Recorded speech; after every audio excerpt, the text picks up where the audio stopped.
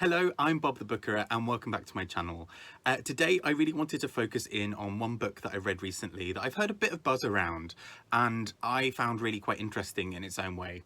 I just wanted to talk about it because that's what we do on this little YouTube-y thing. So the book in question, I don't know why I said that, the book in question is Infinite Country by Patricia Engel. Now this book is all about a family from Colombia who in their own various ways are looking to move towards the US. Now this is set in fairly modern times, as in we get references to Trump, although actually never by name, which is actually quite nice sometimes. It's that kind of scary moment of knowing exactly who is being spoken about, but not really wanting to hear that man's name anymore. Thank you very much. In the same way that actually I find it quite difficult to read things that are ostensibly a little bit Brexit influenced. I kind of prefer when people just refer to it as the referendum, with almost capital letters there, because everyone knows what they're talking about. Anyway, so Infinite Country. So this book starts with what I think is just one of the most brilliant opening lines that I read in a long while, which is, "It was her idea to tie up the nun," which is just brilliant in so few words. That is all around Talia, a young girl who is at that point in some kind of convent sort of place. It is basically meant to be a way of punishing her for some crimes that she's committed, or at least the one main crime, and we'll talk about that in just a moment. But I think that's such an interesting way to open the book, because we start with this girl Talia and really get to learn a lot about her quite early on. Like, she's plucky, she's brave, she's a force to be reckoned with despite being incredibly young at the time, and she has these really strong principles. So in this moment, we learn that she is in some kind of correctional facility, as it were, for young people for basically having committed some kind of crime. We then learn what the crime was. Essentially, she sees this man pour hot sort of boiling water onto onto an animal, and she just thinks the animal suffers and pretty much instantly dies, and she is so appalled by this, even at this sort of young age, that she grabs a pot of oil and throws it over this man, causing severe burns and injuries. And she's quite proud of herself. in her mind, she thinks, well, I've done the right thing here. This is an eye for an eye in many ways. You've done this horrible thing to this animal. I'm going to pay you back in kind. And it's because of this that this kind of sets a lot in motion for her, that she is treated as this sort of young hoodlum almost, this really horrible young girl who can't do anything right.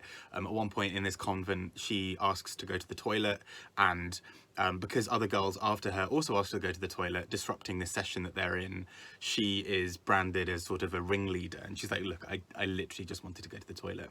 It's worth mentioning that session that she interrupts is essentially these adults in the room telling these girls that they have done wrong and that they are full of sin. They're these horrible, nasty people, and they can only pray for sort of benediction and to be cleansed in some way. And she realizes in her own mind that this is nonsense, because she knows that ultimately she's a good person.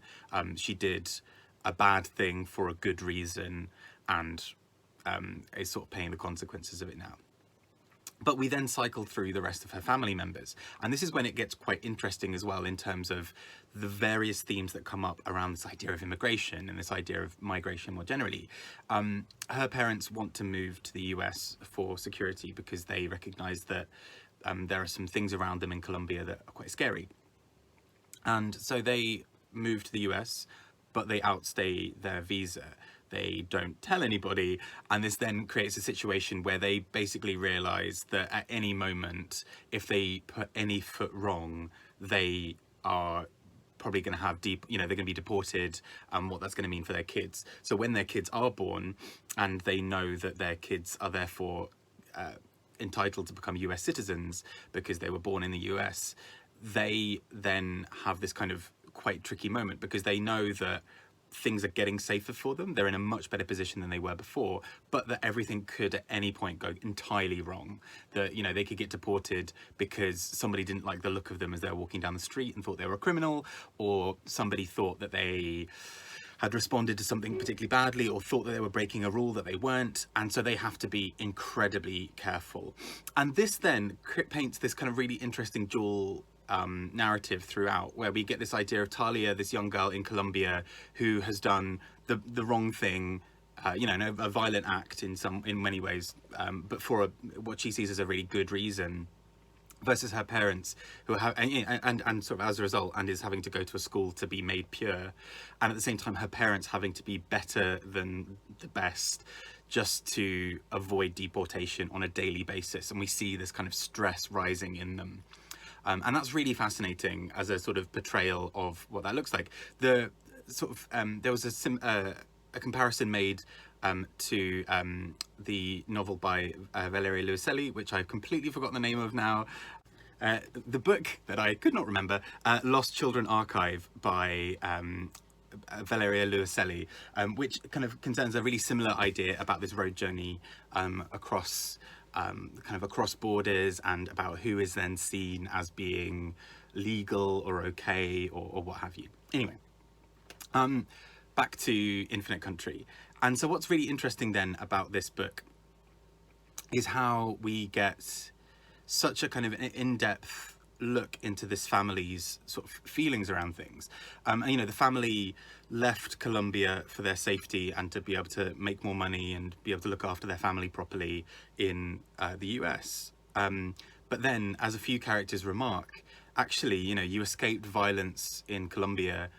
Isn't the US more violent? You know, there are so many things that are happening that make the country not seem like a safe place for them. You know, that there are references to shootings and to gun crime, you know, particularly mass shootings.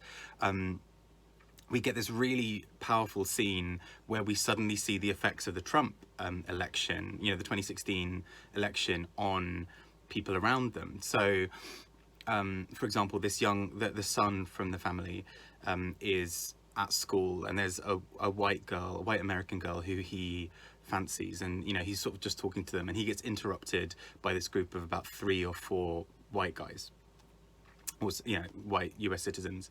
And he at first is, you know, a little bit kind of taken aback by it, but, you know, he's kind of willing to kind of go toe-to-toe with them to some degree. However, what makes this really complicated is these young boys start parroting the same lines that we heard in the 2016 election. So references to Mexicans being rapists and drug dealers, kind of shouts of, you know, build that wall, and all those kinds of things.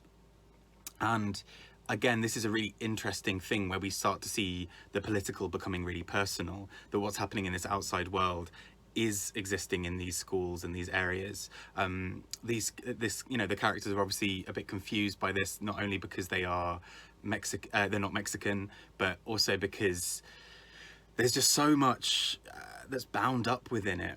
And I think a kind of a key theme that kept on coming up throughout the book that I found incredibly interesting was the theme of silence, and particularly silence in the face of danger. So in that exact moment, he chooses at first to be silent. He lets it slide, and then he later goes and talks to the school and tells people at the school that these boys have been calling him names, you know, repeatedly. And this is the first time that they take him seriously.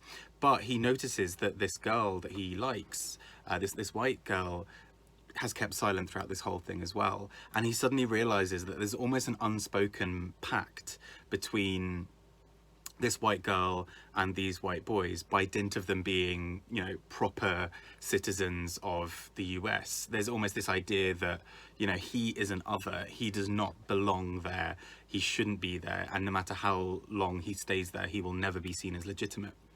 And so there's this really interesting thing about this white girl's silence really, you know, impacts him, because it means that he then later gets beaten up by these boys. And then when he comes home, he can't tell his mother why that had happened or what had happened. But particularly, you know, there's this really powerful mention of the fact that his face wasn't hit, only his body. And so when he comes home and is wearing clothes, his mum just thinks he's been a bit late because he's been, you know, messing about or whatever. She doesn't see any of the bruises. She can't then kind of have an in to kind of know anything more about this situation. And it's heartbreaking. It's really powerfully done. And I think also that degree of silence also carries on through other characters. Just the fact that there is this kind of essentially white silence of, you know, non Latino and Latina characters in the book, completely not, you know, letting these things happen in the background, you know, not standing up and speaking out against some of the things that are happening. But also a general silence of, there are so many things that the family does not say because they are so scared that if they tell their children certain things and the children say them, that they could, you know, arouse suspicion and get them deported.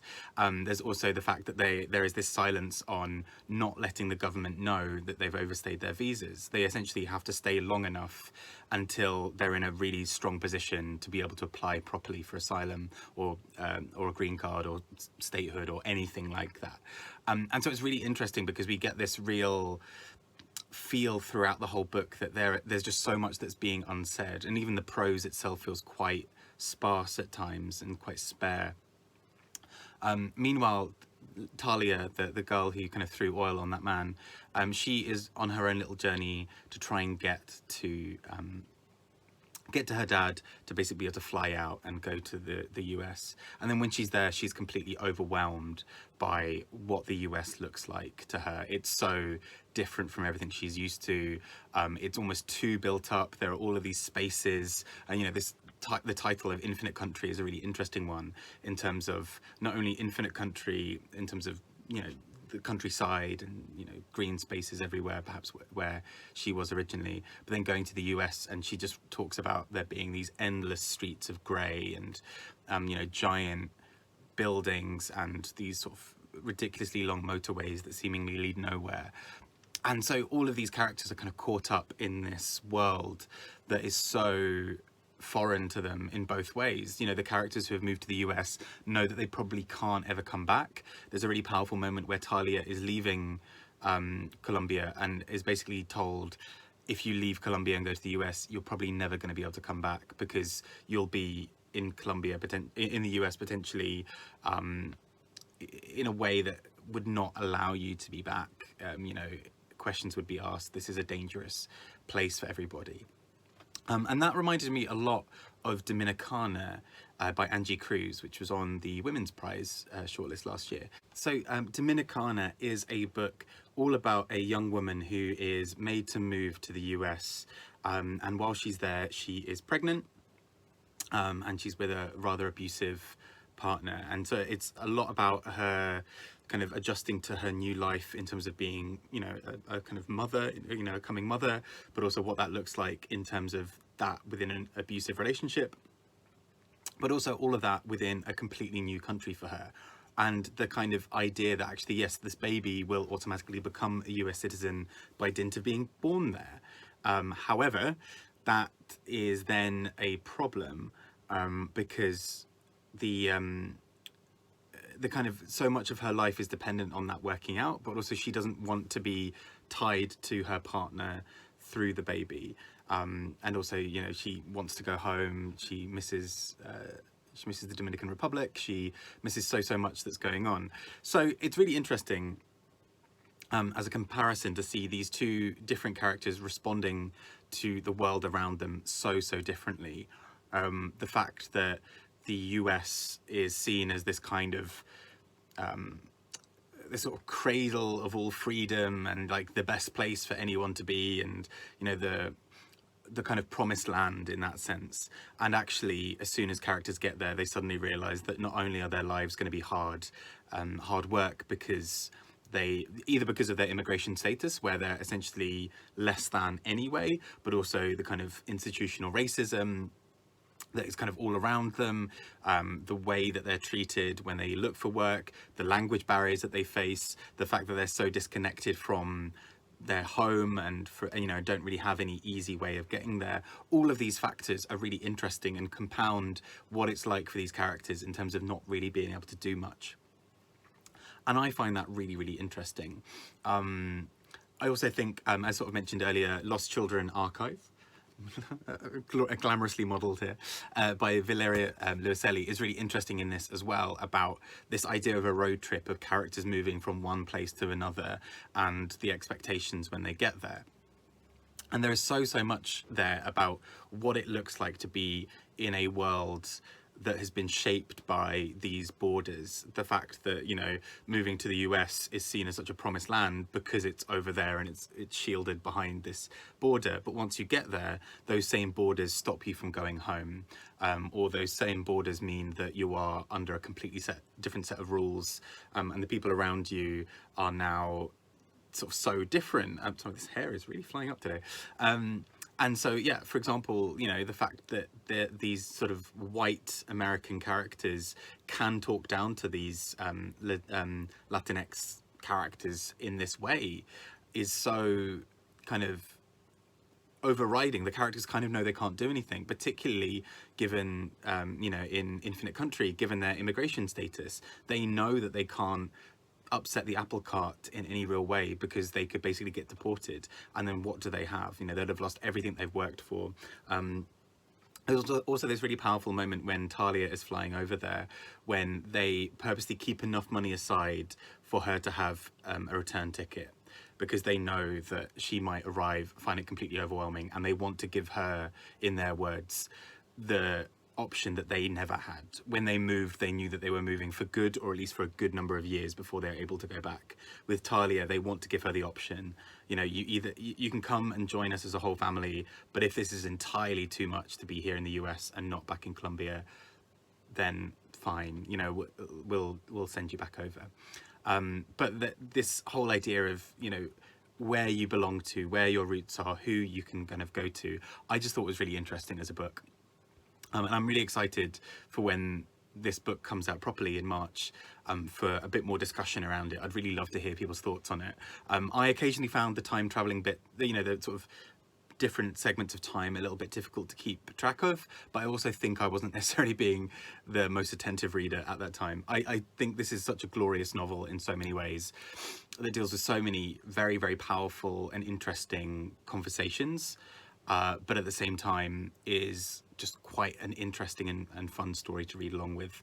I think it's a really of the moment book, which seems like such a tired term, but I really think it is. And, you know, to kind of have the looming presence of someone like Trump in the background of this book, I think is really interesting, and also shows just the sheer impact that one person like him can have on everybody else, and on these characters' lives in, you know, such a different way, from people being bullied at school to people not knowing if they're going to be able to cross the border and have a little bit more security. So that's Infinite Country by Patricia Engel. Would love to know your thoughts if you've managed to read an advanced copy already, or if you're watching this after it's out. Please do let me know, and as always, take care and enjoy your reading. Thank you. Bye bye.